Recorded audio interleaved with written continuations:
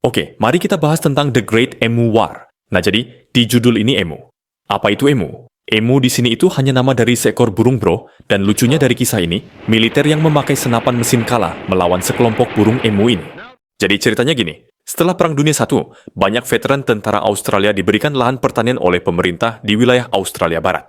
Mereka diminta menanam gandum untuk mendukung ekonomi negara yang sedang dihantam depresi besar. Nah, setelah beberapa bulan berlalu, tepat di tahun 1932, di tahun ini bertepatan dengan panennya dari gandum yang sudah ditanami itu, dan bertepatan juga dengan migrasinya burung emu ini. Migrasi ini bukan skala kecil, tapi cukup besar. Sekawanan burung emu bermigrasi ke wilayah pesisir setelah musim kawin. Ya, namanya setelah musim kawin, pasti populasi dari burung emu ini makin bertambah, kan?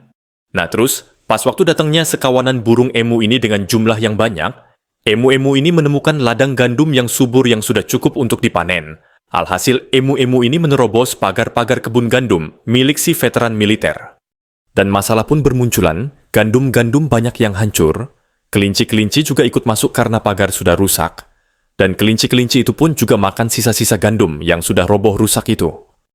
Terus, karena gandum-gandum yang mau dipanen ini sudah rusak, para mantan tentara veteran ini putus asa dan meminta bantuan. Di sini mereka mantan veteran tentara ini bukan meminta bantuan kepada Kementerian Pertanian, melainkan meminta bantuan kepada Kementerian Pertahanan.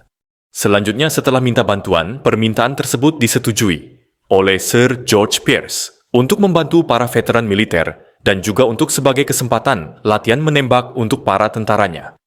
Beberapa hari kemudian dikirimlah personel prajurit ke lokasi kejadian. Pasukan itu dibekali senapan mesin Lewis dan 10.000 butir peluru. Prajurit ini menyiapkan strategi di mana mereka bersembunyi menunggu datangnya para kawanan emu-emu ini.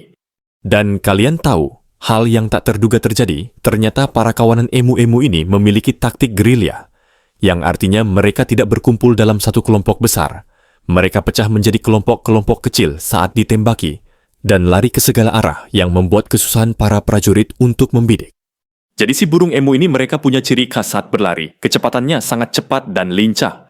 Mampu mencapai kecepatan hingga 50 km per jam berkat kaki panjang dan kuatnya. Sering menggunakan sayapnya untuk keseimbangan dan arah, serta menggunakan gaya lari unik dengan satu kaki tetap di tanah untuk efisiensi energi pada kecepatan tertentu, menjadikannya burung tercepat kedua di dunia setelah burung unta. Dan juga si burung emu ini punya ketahanan tubuh. Mayor Meredith mencatat bahwa emu sangat tangguh. Banyak emu yang tertembak berkali-kali namun tetap bisa lari seolah-olah tidak terjadi apa-apa. Karena emu terlalu cepat bisa lari hingga 50 km per jam, militer mencoba memasang senapan mesin Lewis di atas truk. Hasilnya, medan yang kasar membuat truk berguncang hebat, sehingga penembak tidak bisa membidik sama sekali. Seekor emu bahkan sempat tersangkut di kemudian truk, menyebabkan kendaraan tersebut hilang kendali dan menabrak pagar. Setelah beberapa minggu, hasilnya sangat memalukan. Mayor Meredith melaporkan bahwa pasukannya telah menghabiskan ribuan butir amunisi, namun hanya berhasil membunuh beberapa ratus emu. Angka pastinya diperdebatkan, berkisar antara 200 hingga 500 ekor. Kutipan terkenal Mayor Meredith. Jika kita memiliki divisi militer dengan ketahanan peluru seperti burung-burung ini, mereka akan mampu menghadapi tentara manapun di dunia. Mereka bisa menghadapi senapan mesin dengan kekebalan tank. Setelah pertempuran tersebut antara emu dan militer, yang hasilnya buruk, pemerintah akhirnya menarik pasukan karena tekanan publik dan ejekan dari media internasional. Emu menang secara telak.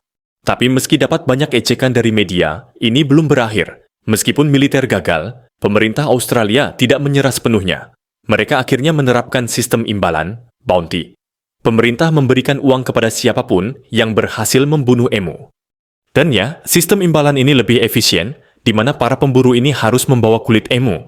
Sebagai bukti sudah memburu si emu ini, sistem imbalan terbukti jauh lebih efektif. Pada tahun 1934 saja, lebih dari 57.000 emu berhasil dibasmi oleh warga sipil. Nah, jadi pesan dari kejadian ini adalah batas kekuatan manusia versus alam.